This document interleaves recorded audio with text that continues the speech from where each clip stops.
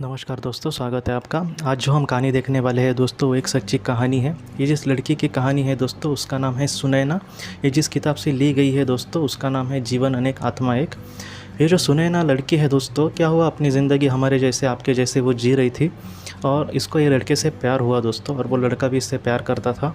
दोनों भी एक दूसरे के साथ शादी करना चाहते थे दोस्तों, और एक दूसरे के साथ अपनी ज़िंदगी बिताना चाहते थे पूरी। लेकिन प्रॉब्लम ये हुआ दोस्तों कि वो जो दूसरा लड़का था वो इसके धर्म का नहीं था, वो किसी और धर्म का था। तो इस वजह से इनको तो कोई प्रॉब्लम नहीं थी, लेकिन दोनों के घर वाले ज़रा भी तैयार नहीं थे इन सारी चीज़ों की वजह से।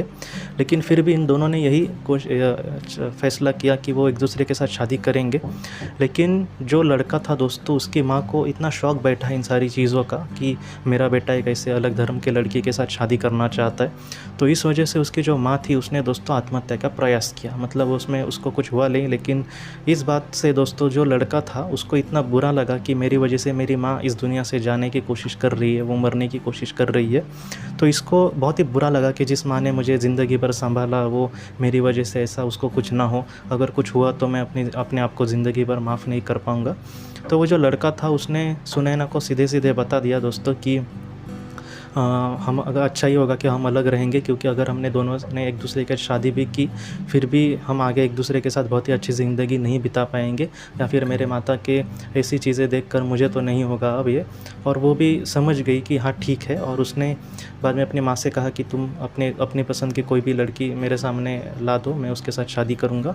और उस लड़के की दोस्तों किसी और लड़की के साथ शादी हुई। सुनैना को इन सारी चीज़ों ये सारी चीज़ें भूलना असंभव है दोस्तों। तो इस वजह से उसने यही सोचा कि इन सारी चीज़ों के पीछे क्या है। तो उसने सोचा कि वो पास्ट लाइफ रिग्रेशन अपना करवा दे। जब पास्ट लाइफ रिग्रेशन में वो चली गई दोस्तों, तब उसको ये पता चला कि वो जो लड़का था वो इसका करीबी आत्मा था, मतलब इसी के समुदाय का आत्मा था। और उन दोनों ने बहुत सारे जन्म एक दूसरे के साथ बिताए थे, और वो एक दूसरे से बहुत प्यार करते थे। इस जन्म में उन्होंने ये चुनाव किया था दोस्तों कि वो एक दूसरे के साथ मिलेंगे, लेकिन बिछड़कर ज़िंदगी कैसे होती है वो सारी चीज़ें सीखेंगे। ऐसी अगर उन्होंने इस चुनौती का अगर सफलतापूर्वक सामना किया, तो दोनों का जो विकास है दोस्तों, वो बहुत ही अच्छा होने वाला था, और बहुत ही फ़ायदा होने वाला था उनकी आत्मा को इन सारी चीज़ों का चुनाव करके, और इस चुनौती का सफलतापूर्वक सामना करके। तो इस वजह से उन्होंने इस जीवन का चयन किया था। ये सुनैना को दिखा, और उसको अगले भी कुछ जन्म दिखे, और उसने ये देखा कि वही लड़का उसके साथ आगे भी बहुत सारे जन्मों में वो एक दूसरे के साथ अच्छी ज़िंदगी बिताएंगे, जिसमें उन दोनों के बीच में कोई भी नहीं आएगा। वो दोनों एक दूसरे के साथ बहुत ही अच्छी ज़िंदगी बिता सकेंगे। इन सारी चीज़ों को देखकर उसको बहुत ही खुशी हुई, और उसने सोचा कि बहुत अच्छा हुआ कि कहीं ना कहीं उसके साथ उसकी ज़रूर मुलाकात होगी अगले जन्म, और वहाँ पर उसके बीच में कोई भी नहीं आएगा। वो दोनों एक दूसरे के साथ बहुत ही अच्छी ज़िंदगी बिता सकेंगे। तो जब ये सारी बातें उसको पता चली, जब तो बहुत ही खुश हुई। लेकिन उसने अपने इस जीवन में दोस्तों, फ़िलहाल के जीवन में उसने यही फ़ैसला किया कि वो शादी नहीं करेगी, और उसने ज़िंदगी में शादी नहीं की। ये कहानी दोस्तों हमें यही सिखाती है, जिन लोगों के जो अपने गुजर गए हैं, जिनका करीबी नहीं है इस दुनिया में, मैं आपसे हाथ जोड़कर कहता हूँ कि आप ज़रा भी चिंता मत करना, वो हमेशा आपके साथ है। इस जन्म में ऐसा हुआ है, मतलब ऐसा ही रहेगा ऐसा नहीं है। अगले जन्म में आपका जो भी रिश्ता होगा उनके साथ, वैसा ही रिश्ता आपके सामने ज़रूर आएगा। मैं क्यों बोल रहा हूँ, क्योंकि कहीं ना कहीं आपकी आत्मा भी दुखी होगी इन सारी चीज़ों के। कभी कभी हमारे हस्बैंड नहीं होते, हमारे बच्चे नहीं होते, वो बहुत ही कम उम्र में इस दुनिया से चले जाते हैं। तो हमारी जो आत्मा दुखी होती है, तो उसको कहीं ना कहीं एक अच्छा उसका एक्सपीरियंस हो, इस वजह से अगले जन्म में वो वैसा ही कहती है कि इस जन्म में मैंने ये भोग लिया, लेकिन अगले जन्म में मैं अपने बेटे को, अपने पति को बहुत सारा प्यार देना चाहती हूँ, उसके साथ पूरी ज़िंदगी खुशी से बिताना चाहती हूँ। तो आपको ज़रा भी चिंता करने की नहीं है दोस्तों। इस जन्म की ये बात है, अगले जन्म में आप बहुत ही अच्छे से उनके साथ अपनी ज़िंदगी गुजार सकते हैं। आप ज़रा भी चिंता मत करना।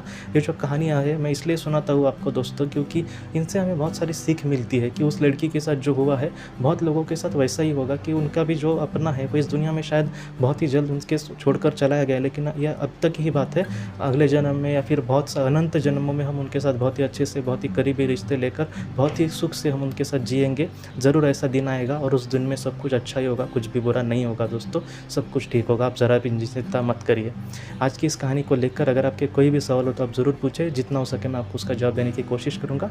हम अपनी अगली वीडियो में मिलते हैं। आप अपने परिवार का ख्याल रखना। आपका बहुत बहुत शुक्रिया। ज़िंदगी की रोशनी ये संस्था ऐसे लोगों के लिए काम करती है जिन्होंने किसी अपने को खोया है या फिर जो लोग अपनी ज़िंदगी में बहुत ही ज़्यादा दुखी है। जो लोग इस संस्था से जुड़ते हैं उनको तकरीबन 50 किताबें भेजी जाएगी उनके व्हाट्सएप पर या फिर ईमेल पर। ये किताबें आत्मलोक या फिर मौत के बाद हमारे साथ क्या होता है इन सारी चीज़ों की आपको पूरी तरह से जानकारी देगी।